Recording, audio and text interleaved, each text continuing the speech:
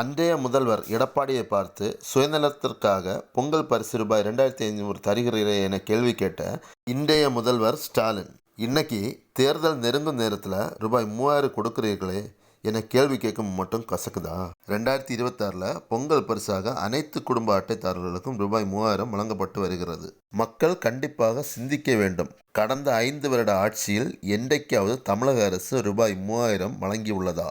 ஏன் ஆட்சி முடிய போகிற டைமில் நமக்கு இந்த 3000 ரூபா கொடுக்குறாங்கன்னு மக்கள் கண்டிப்பாக சிந்திக்கணும். திமுகவினர் ஏதோ முதல்வர் ஸ்டாலின் குடும்ப காசில் கொடுக்கறது போல ஒரு பிம்பத்தை உருவாக்கி வச்சிருக்காங்க. இது மக்கள் பணம், இதையும் கடன் வாங்கி தான் நமக்கு கொடுத்துருக்காங்க. இதற்கான கடனையும் நம்மக்கிட்ட தான் வசூலிப்பாங்க. கடந்த 2022 ஆண்டு பொங்கல் பரிசில் காசு கொடுக்கல. 2023 ஆண்டு 1000 ரூபாய் கொடுத்தாங்க. 2024 ஆண்டு 1000 ரூபாய் கொடுத்தாங்க.